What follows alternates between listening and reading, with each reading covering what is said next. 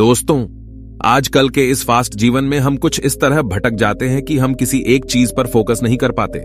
Social media notification से हम आसानी से भटक जाते हैं। हम किसी भी काम को बड़े ही उत्साह के साथ शुरू तो कर देते हैं, लेकिन किसी नई और चमकदार चीज के आकर्षण में उस काम को तुरंत छोड़ देते हैं। गौतम बुद्ध की इस कहानी के जरिए आइए जानते हैं कि हम इस समस्या का हल कैसे निकालें। बहुत समय पहले की बात है। किसी गांव में एक सम्राट था। उस सम्राट के पास सब कुछ था। बेशुमार दौलत थी, अच्छी प्रजा थी जो उसका ख्याल रखती थी, उसके आदेशों का पालन किया करती थी, और वह भी अपनी प्रजा का खूब ध्यान रखा करता था। उन्हें कभी किसी चीज की कोई कमी महसूस नहीं होने देता था। कहने को तो उस सम्राट के पास सब कुछ था, किसी चीज की कोई कमी नहीं थी, लेकिन उसका मन कभी किसी एक काम पर नहीं टिक पाता था। वह जब भी किसी भी चीज को करने का प्रयास करता तो उसका ध्यान कहीं भटक जाता। इस चीज को लेकर वो बहुत चिंतित रहता था। कई बार वो अपने पड़ोसी राज्य के राजाओं से भी मिला था और सभी ने उसे अलग अलग राय दी थी। सभी ने उसे अलग अलग तरीके बताए थे। जो भी तरीके उस सम्राट ने सुने थे, उन तरीकों को अपने जीवन में उतारा, लेकिन उन उपायों से उसे कोई लाभ न मिला, जिस कारण वो हमेशा चिंतित रहता, परेशान रहता। कई बार तो रातों को उसे नींद भी नहीं आती और वह केवल करवटें बदलता रहता। एक दिन सम्राट के कानों तक एक बात पहुंची कि उसके राज्य में एक ऐसा असाधारण व्यक्ति है जिसके शब्द अनमोल हैं, जिसके एक एक शब्द में जीवन का रहस्य छुपा है, जीवन का सत्य छुपा है। और उस व्यक्ति से मिलने के लिए लोग दूर दूर से आते हैं, क्योंकि हर व्यक्ति की समस्या का समाधान वह बड़ी ही सरलता और आसानी से करता है। यह बात सुनकर सम्राट बहुत प्रसन्न हुआ। उसे लगा कि अब उसके सवालों का जवाब उसे मिल जाएगा। इतनी तारीफ सुनकर सम्राट ने यह तय किया कि वह तुरंत ही जाकर उस व्यक्ति से मिलेंगे और उसे यह भी पता चल जाएगा कि जो लोग उनकी इतनी तारीफ कर रहे हैं, क्या वह सच है या नहीं। अगले दिन सुबह सुबह वह सम्राट उस व्यक्ति से मिलने के लिए निकल पड़ा। रास्ता थोड़ा सा लंबा था, जिस कारण सम्राट ने बीच रास्ते में थोड़ा सा आराम किया। वहां पर उपस्थित हर कोई उस व्यक्ति के बारे में जानता था। जब सम्राट ने उनसे उस व्यक्ति के बारे में पूछा तो वे लोग उस असाधारण व्यक्ति की खूब तारीफ कर रहे थे।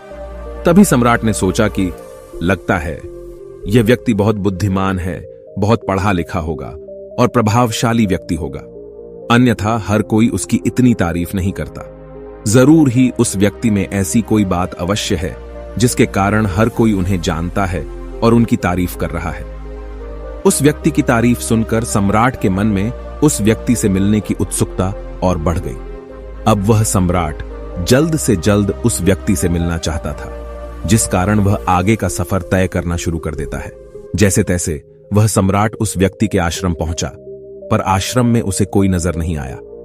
आश्रम के पीछे एक छोटा सा बगीचा था। जब सम्राट वहां पहुंचा तो उसने देखा कि एक माली बगीचे में काम कर रहा था। उसका पूरा शरीर मिट्टी से लथपथ था, पैरों में कोई चप्पल नहीं थी। इसको देखकर सम्राट ने माली से कहा, सुनिए महोदय, इस आश्रम के मालिक कहां हैं? मैं उनसे मिलने आया हूं। इस पर वह माली जवाब देते हुए कहता है, श्रीमान, आप अंदर बैठिए, मैं उन्हें बुलाता हूं, वह जल्द ही आपसे मिलेंगे। माली की यह बात सुनकर सम्राट अंदर कुटिया में जाकर बैठ गया और उस असाधारण व्यक्ति के आने का इंतजार करने लगा। कुछ देर प्रतीक्षा करने के बाद जब असाधारण व्यक्ति उस सम्राट के सामने पहुंचा, उसने देखा कि यह तो वही व्यक्ति है जो बगीचे में काम कर रहा था। सम्राट ने उन्हें नमस्कार किया और बड़ी हैरानी से कहा, अरे, आप तो वही माली हैं जो बाहर बगीचे में काम कर रहे थे। लेकिन अब की बार तो माली एक बौद्ध भिक्षु के रूप में खड़ा था। तभी बौद्ध भिक्षु उस सम्राट से कहते हैं, सम्राट, मेरा मजाक माफ कीजिए। मैं बगीचे में छोटा सा काम कर रहा था। मैं ही यहां का माली हूं और मैं ही वह असाधारण व्यक्ति हूं जिससे आप यहां इतनी दूर मिलने आए हैं। कृपया करके अपने आने का कारण बताएं। इस पर सम्राट उन बौद्ध भिक्षुओं से कहता है, हे महाराज, मैंने सुना है कि आप जैसा व्यक्ति इस पूरे राज्य में नहीं है। मैंने आपकी तारीफें सुनी है। मैंने आपके बारे में कई सारी अच्छी बातें सुनी हैं। मैंने यह भी सुना है कि आपके पास जो भी अपनी समस्या लेकर आता है, उसकी समस्या का समाधान आप अवश्य करते हैं। इसी कारणवश मैं आज आपसे यहां पर मिलने आया हूं और मैं आपसे उपदेश सुनना चाहता हूं, लेकिन मेरे मन में एक शंका है। इस पर बौद्ध भिक्षु सम्राट से कहते हैं, कैसी शंका? इस पर सम्राट कहता है, मैंने बड़े बड़े विद्वानों को देखा है, बड़े बड़े ज्ञानियों को देखा है। वे जब भी चलते हैं तो उनके पास तरह तरह की ज्ञान की किताबें होती हैं। उनके पास ऐसा कोई ना कोई संकेत जरूर नजर आता है जिससे यह पता चल सकता है कि वे लोग ज्ञानी हैं। लेकिन आपके पास तो न कोई ज्ञान की किताबें हैं और न ही कोई ऐसी कला के संकेत आप में नजर आ रहे हैं, लेकिन उसके बावजूद आप बहुत शांत नजर आ रहे हैं। क्या आप मुझे इसका रहस्य बता सकते हैं?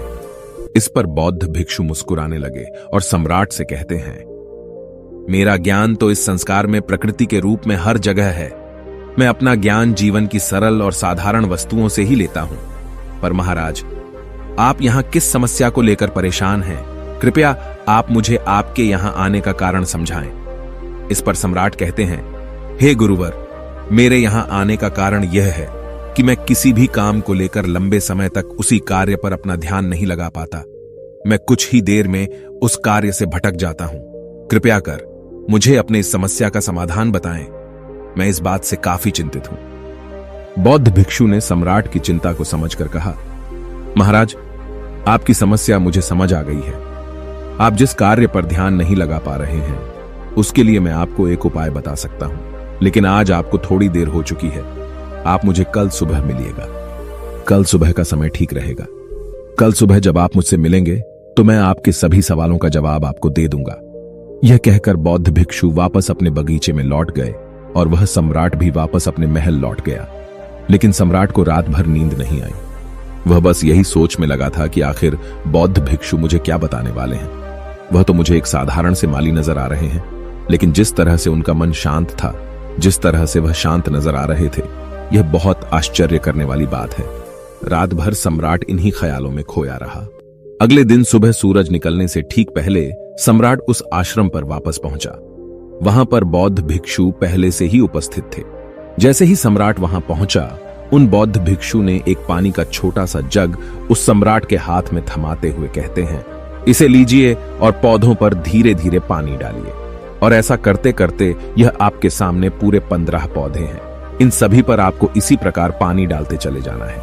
लेकिन जब आप इस क्रिया को कर रहे होंगे तो उस वक्त मेरी एक बात का अवश्य ध्यान रखिएगा कि आपको इस दौरान कुछ और नहीं करना है, ना कुछ सोचना है और ना ही कहीं आपका ध्यान भटकना चाहिए। आप जब इन पौधों को पानी दे रहे होंगे तो आपका पूरा ध्यान केवल इन पौधों पर ही होना चाहिए। यदि इस बीच आपके मन में कोई विचार आए तो वहीं पर रुक जाइएगा और फिर दोबारा से पहले पौधे से पानी डालना शुरू कीजिएगा। और जब आप मेरी बात मानकर ठीक इसी प्रकार इन सभी 15 पौधों को पानी दे देंगे, तब आप मेरे पास आइएगा और मैं आपके सभी सवालों का जवाब आपको दे दूंगा। उस सम्राट ने आज तक ऐसा कोई काम नहीं किया था और सम्राट को यह काम बहुत छोटा सा लग रहा था। सम्राट पहली बार ऐसा कोई काम करने जा रहा था।